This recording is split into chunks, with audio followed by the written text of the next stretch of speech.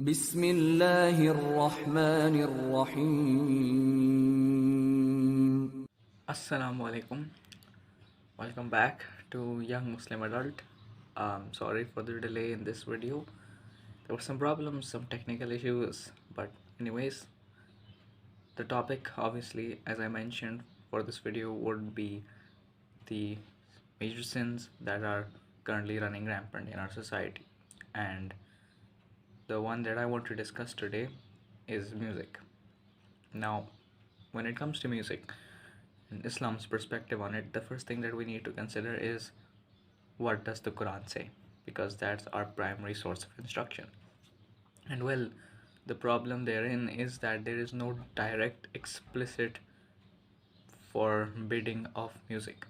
And this is really one of the bigger reasons as to why a lot of Muslims are on the neutral side or on the gray side or on the positive side of music, because they believe that since there is no direct commandment on it, there is no need to not listen to it, there is no need to refrain from it. They treat it as one of those gray areas where even if it's a sin, then it's a minor sin, and most likely scenario is that it's not a sin if you're listening to content that doesn't have any vulgarity in it and is just peaceful and soothing, and you're using it for a positive perspective, and you're using it for any number of good reasons, right? Maybe to calm down, maybe to amp yourself up for a task that you're about to do. Now, even though the Quran does not explicitly say anywhere that listening to music is haram, we do, however, have hadith on it, because it is important to remember that the Quran is not a limited book. It has a limited number of pages, and thus Allah chose to speak on the issues which were the bigger ones, right? Such as adultery, such as burying the baby children that there were, well, baby children is a really bad way to put it. Little girls who were born, they were buried alive. So these were some of the major sins at the time that needed to be stopped immediately, and thus these were the ones that were spoken about in the Quran. Other issues, which are still issues, were spoken about in more detail through the hadiths, because the Prophet received guidance from Allah through his angels, and he told his followers about them, and they are now transcribed and have been preserved in the form of hadiths. Now, so in Sahih al-Bukhari 494, there is a hadith that says, and it is narrated, there will be those amongst us who will consider to be lawful, and then there are several things listed down. I'm not obviously telling you the exact wording, but there were several things mentioned, among which were the wearing of silk for men, there was adultery, and there was the use of musical instruments. Now, from this, and there are some other hadiths as well, where when the Prophet heard the lute of a shepherd, he blocked his ears. Such incidents tell us that Islam is clearly against music. So, there's one thing that's absolutely clear: music, the use of musical instruments, it is not allowed for no reason, at no circumstance. There's this hadith where some girls were allowed, but that was just the Prophet's generosity and his love for children. And even if, for example, you want to accept that they were using the tabla, right? So generally the ulama are neutral on the use of tabla, but aside from that, it's clear no music, not at all. Now, since we're clear on what Islam's perspective is on this issue, let's look at why it's so common and what we can do to try and stop this wave of sin. So, firstly, one of the bigger reasons as to why people listen to this is because it's a very addictive habit, right? Uh, it's hard to find people these days who aren't listening to music, and it's impossible to find someone who isn't. Well, maybe just almost impossible to find someone who isn't being exposed to it in some way, because music is everywhere, from the intro of a video to the background music, it's everywhere. And since there are types of music, since there's music which is, free of cursing, free of mention of haram topics, people like to think that it's fine. And then again, there's also the fact that you can't find any straight up clear disadvantages of listening to music, and so people continue to listen to it. So that's one perspective. The earlier perspective that I discussed, of it being gray is the second one.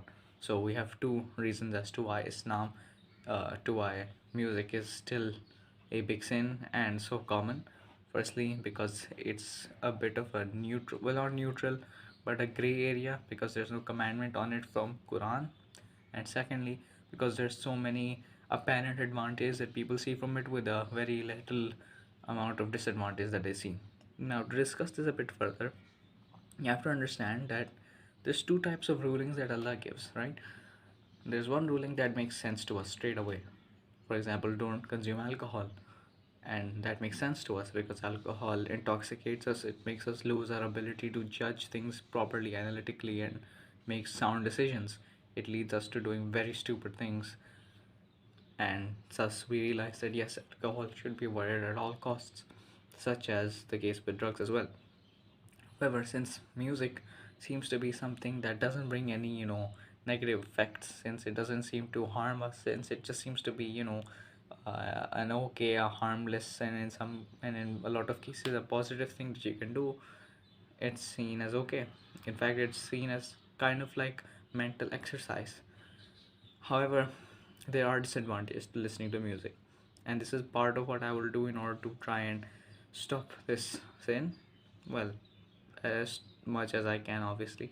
So, what are the disadvantages of listening to music?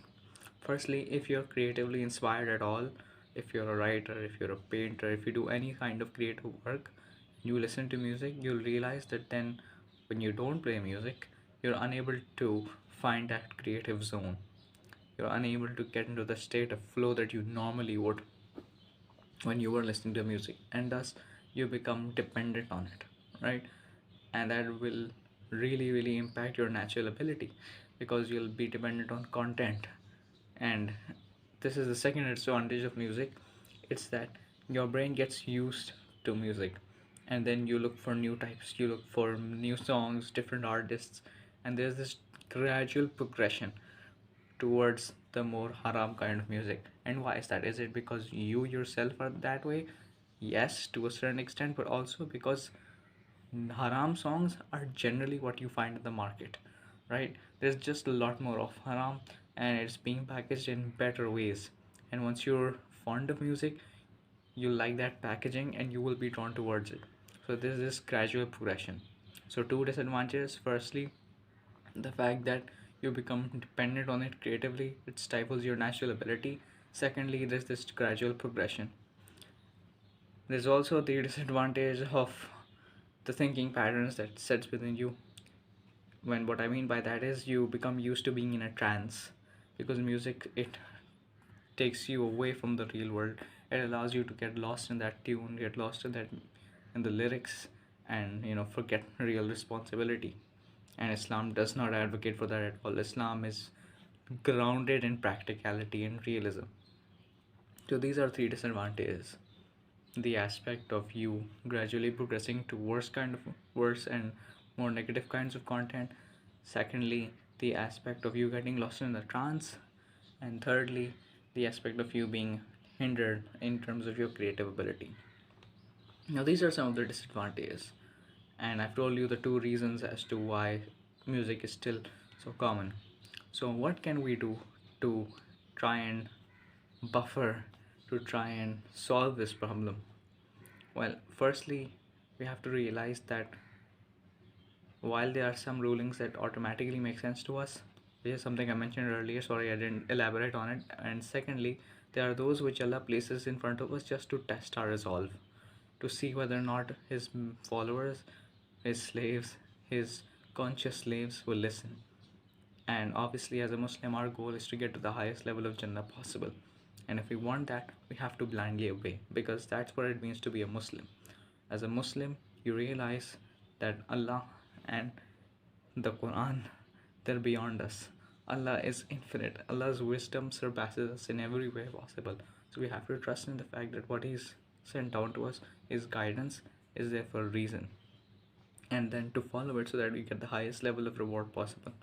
And that's my personal perspective. Even if a ruling doesn't make sense to me, I am content in the fact that if I follow, I will get again the greatest reward possible for me. So that's the final message I will leave you with. Remember the disadvantages it has, but more importantly, remember that Islam means to submit, to obey. It does not mean to try and look at it from a rational perspective and see if it makes sense. Because at the end of the day, Islam can only be rationalized to a certain extent. That was my message.